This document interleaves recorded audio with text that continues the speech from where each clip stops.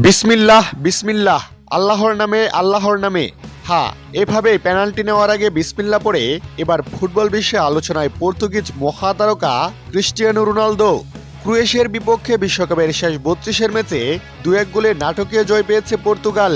এ ম্যাচেই গোল করে নকআউটে গোল খরা কাটিয়েছেন ক্রিস্টিয়ানো রোনালদো। গোল করার আগে রোনালদোর একটি মুহূর্ত সামাজিক যোগাযোগ মাধ্যমে ব্যাপক আলোচনার জন্ম দিয়েছে। পেনাল্টি নেওয়ার ঠিক আগে নিজের সঙ্গে কথা বলতে দেখা যায় পর্তুগাল অধিনায়ককে। অনেকের দাবি সে সময় তিনি বিসমিল্লাহ উচ্চারণ করেছেন। শুক্রবার ৩ জুলাই টরন্টো অনুষ্ঠিত ম্যাচে দ্বিতীয়ার্ধের শুরুতেই এগিয়ে যায় ক্রোয়েশিয়া। পরে অফসাইডের কারণে তাদের আরেকটি গোল বাতিল করা হয়। এরপরেই পেনাল্টি পায় পর্তুগাল। স্পট কিকে দাঁড়িয়ে ৪১ বছর বয়সী রোনালদো কোনো ভুল করেননি।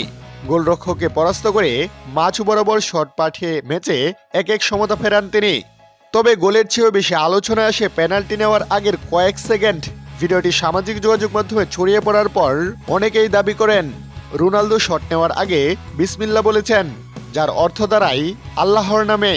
সামাজিক যোগাযোগ মাধ্যমে একজন লিখেছেন, ক্রিস্টিয়ানো রোনালদো সফলভাবে পেনাল্টি নেওয়ার আগে বিসমিল্লাহ বলতে দেখা গেছে। আরেকজন মন্তব্য করেছেন, পেনাল্টি নেওয়ার আগে রোনালদো বলেছিলেন বিসমিল্লাহ বিসমিল্লাহ।